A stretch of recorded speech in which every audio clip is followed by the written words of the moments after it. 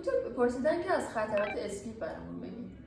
قبل از اینکه درباره خطرات عمل اسلیپ بایپاس بخوایم صحبت کنیم، باید اینو بدونیم که هر عملی که توی دنیا داره انجام میشه، خب نسبت به اندازه عمل و شکل عمل خطرات خاص خودش داره و هیچ عملی بی خطر نیست. ما باید سود به زیان این کاری که می‌خوایم بکنیم بسنجیم. اگه عمل اسلیپ رو بخوایم یه عمل خیلی بزرگ در نظر بگیریم، میتونیم براش هزاران هزار سود در نظر بگیریم، شاید یک دو تا خطر هم کنار این هزاران سود باشه. از نظر علمی این کاملا قابل قبوله که این عمل رو بخوایم با این ریسک کم یه جورایی انجام بدیم.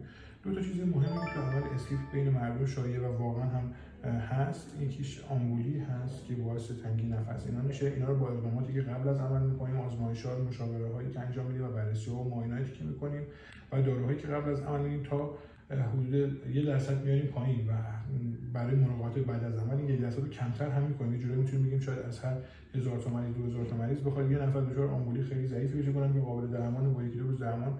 چیز دیگه هم هست که اون میگن درباره نشه این عمل. خب نشه هم که ما خب با منگنه‌های مخصوص که معده رو می‌بریم خودمون باز علاوه بر منگنی که 3 لایه میدوزه، ما هم 2 لایه اضافه بر اون میدوزیم و شرایط استاندارد عمل رو کامل رعایت می‌کنیم و این هم ریسک رو خیلی خیلی خیلی خیلی خیلی خیلی پایین میاره و اینا منوط به رعایت‌های بیمار بعد از عمل هم هست نسبت به رژیم غذایی که ما میگیم، نسبت به داروهایی که مصرف می‌کنیم مثلا تو اون 40 روز اول.